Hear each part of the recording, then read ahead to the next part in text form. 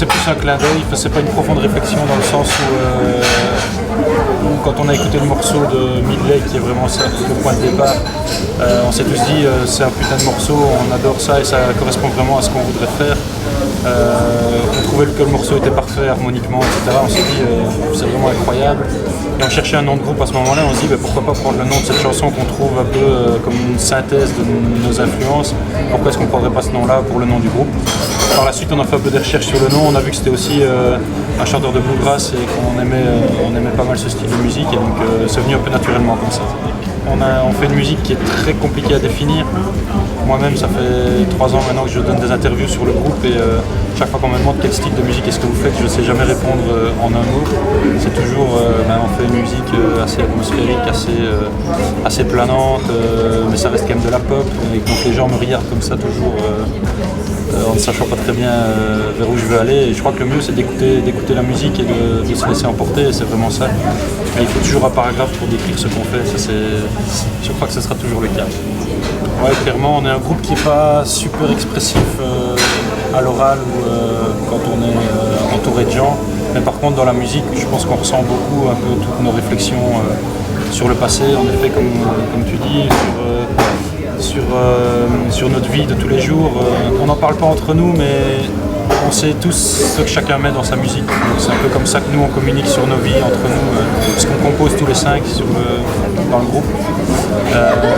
Et donc on sait très bien que chacun y met un peu ses fêlures, tout ce qu'il n'exprime pas.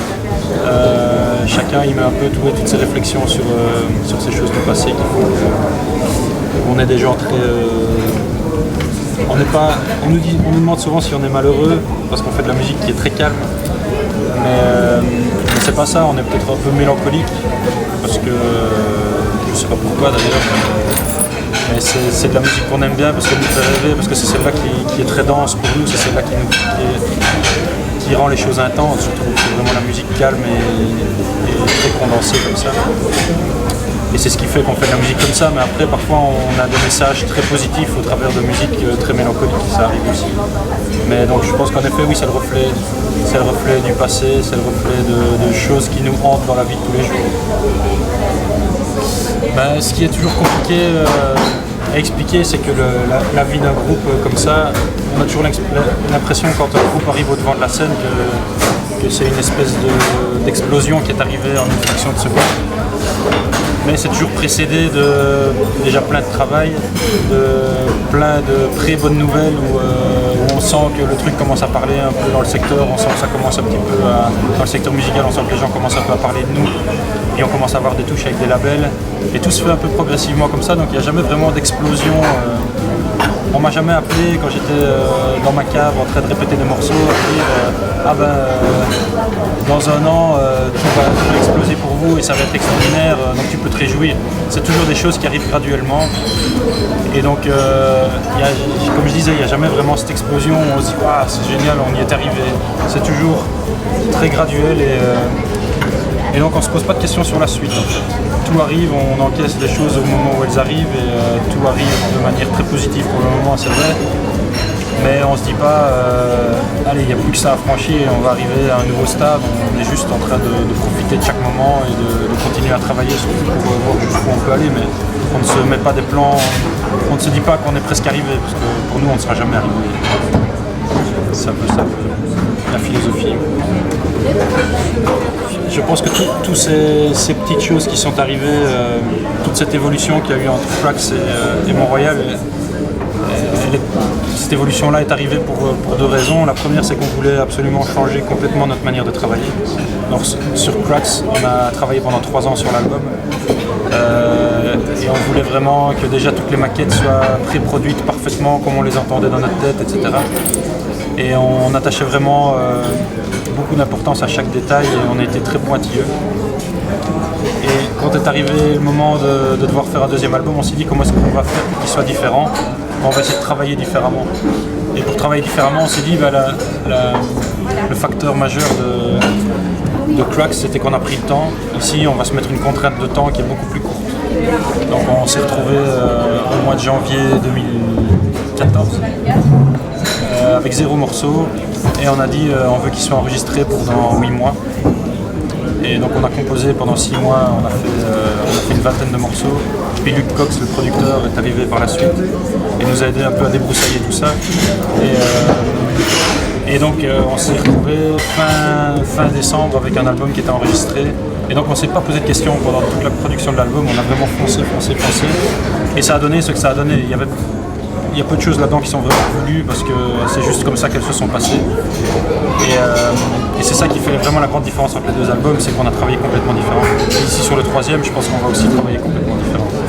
On cherchait vraiment un producteur qui allait s'impliquer dans l'écriture des morceaux. Donc il est arrivé très tôt dans le processus. Et il est venu à nos répètes, il nous a fait changer des morceaux de A à Z, il nous a fait partir dans des directions qu'on n'aurait pas essayé. Donc il nous a vraiment tout le temps dynamisé et il nous a poussé à modifier nos acquis. Donc on s'était dit après un premier album, on sait comment on fait un album, on sait comment on fait une chanson, et lui est arrivé en disant vous ne savez rien, ou en tout cas faites comme si vous ne savez rien. Et donc grâce à lui on a vraiment changé de manière de composer, on est beaucoup plus parti d'une chanson, donc d'un guitare-voix, pour après développer des trucs, des ambiances. C'est ce qui fait que les ambiances sont plus épurées. Avant on partait plutôt d'une ambiance qu'on boostait à crever, et on voulait avoir un univers qui est déjà très dense, puis après pour mettre de la voix dessus. Ici on faisait une mélodie guitare-voix, et après on mettait vraiment les petites touches qu'il fallait pour que le morceau soit parfait, ou en tout cas à notre point de vue. Et c'est vraiment là qu'il nous a aidé à plutôt retirer que rajouter. Nous on avait toujours tendance à rajouter des couches, à rajouter plein de choses. Lui il a dit vous avez un guitare-voix, ne rajoutez sur ce guitare-voix que les petites choses qui vont faire que le morceau est pile poil. Il ne faut pas aller trop loin, il faut juste la bonne dose. Je pense qu'il a vraiment bien réussi son boulot à ce niveau-là. Au niveau des textes, c'est vrai qu'il n'y a que moi qui les écris parce que les autres ne sont pas super intéressés par l'écriture. Puis comme c'est moi qui chante et c'est moi qui trouve souvent les mélodies de voix, c'est plus simple pour moi d'écrire les textes dessus. Sinon au niveau des prises de décision dans le groupe, etc., on est vraiment une espèce de démocratie très basique parce qu'on prend toutes les décisions à 5. Il n'y a pas un leader qui tire vraiment le groupe. On a chacun vraiment de spécificités dans le groupe.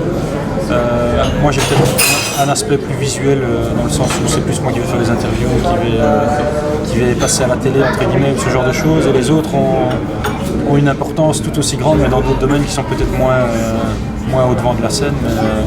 Mais au sein du groupe on sait tous l'importance que chacun a. Et donc c'est vraiment un groupe à 5, c'est clairement pas un chanteur et 4 musiciens derrière. Donc on est 3 à se connaître vraiment depuis tout petit. Et on est la base du groupe. Le batteur s'est rajouté par la suite, on l'a rencontré il y a 5-6 ans. Et le dernier arrivé c'est Manu qui est parisien, qui est venu habiter en Belgique il y a 3 ans et qui tombait pile poil au bon moment parce que notre clavieriste lui partait vivre au Québec à ce moment-là. Et donc il a remplacé le clavieriste original, donc lui c'est le dernier arrivé. On nous parle souvent de National, ça depuis le premier album, je pense que c'est surtout dû au timbre de ma voix, et pourtant c'est un groupe qu'on écoutait très peu à l'époque, donc c'est vrai qu'on s'est mis à écouter de National au fur et à mesure où on nous en a parlé, donc c'est plus arrivé comme ça. My Morning Jacket, ça c'est un groupe que j'aime bien depuis très longtemps. Sigur Rós, c'est clair que c'est une influence, un des rares groupes qui nous rassemble vraiment tous les 5. Parce qu'on a tous les 5 des backgrounds musicaux très différents. Le bassiste vient plutôt du milieu hip-hop, plutôt musique de rue, etc. Notre claviériste, lui, est musicologue à la Sorbonne, premier prix de conservatoire en piano, donc il a un background très classique, ouais, ça s'entend aussi. Mais pour les arrangements, c'est vraiment quelqu'un de très précieux, mais c'est vrai qu'il a un background plus classique ou classique rock. Il est aussi très classique rock, années 60, 70. Et les 3 autres, on est plus en effet plutôt rock atmosphérique, style Sigur Rós. On a été des fans d'Archive de la première époque. On faisait des morceaux plus longs avant et on faisait des trucs un peu plus post-rock. Ouais. Donc oui, ça fait partie de nos influences en effet. Je pense que depuis cette tournée-ci, on est clairement beaucoup plus orienté live et c'est vraiment à partir de maintenant qu'on commence à s'éclater sur scène. En gros, quand on a fait notre premier album, on l'a pas du tout pensé pour la scène. on l'a fait dans notre cave et puis on a eu la chance d'être signé sur un label et puis finalement cet album a bien marché. Il nous a demandé d'aller le défendre sur scène mais il n'était pas fait pour ça au départ. Donc on était très perturbés par rapport à ça. Les morceaux n'étaient pas faciles à mettre en place. Ça a été assez laborieux. Mais sur cet album-ci, on les a beaucoup plus pensés en connaissant la scène. On s'est dit, on a vraiment envie que ce soit des trucs qui donnent vraiment quelque chose. Et c'est le cas dès qu'on a commencé à les jouer dans le local de répète pour notre premier concert. On s'est dit, quel bonheur, c'est des morceaux faciles à mettre en scène et c'est vraiment cool. Et donc maintenant, on se prend vraiment notre pied. Et je pense que sur l'album suivant, on va encore penser encore plus à la scène et ça va être encore plus. Je pense qu'on va continuer à évoluer comme ça et pour arriver à devenir un groupe, d'abord un groupe de scène et puis un groupe d'album. Je pense que la tendance va s'inverser au fur et à mesure. On vient de décider de se lancer dans la composition du troisième album. Donc ça c'est vraiment tout frais, on a décidé ça la semaine passée. Donc oui, on est parti sur un troisième qu'on va faire complètement différent du deuxième aussi. On essaye vraiment, on n'a pas envie de refaire la même chose. On s'ennuie assez vite, donc on a envie de faire un truc qui sera peut-être un peu plus énergique, plus dense, avec un peu plus de tension peut-être. On va voir. On vient à peine de débuter, donc on verra bien. Sinon au niveau concert, on peut déjà dire qu'on sera au Franco, il vient de l'annoncer aujourd'hui, donc au Franco de Spa le 21 juillet à 20h. Et on fait le BSF aussi, le Summer Festival à la Madeleine avec Olivier Bernstein. Ça va être une belle soirée liégeoise, mais ça va être... Voilà. Merci à vous. C'est gentil.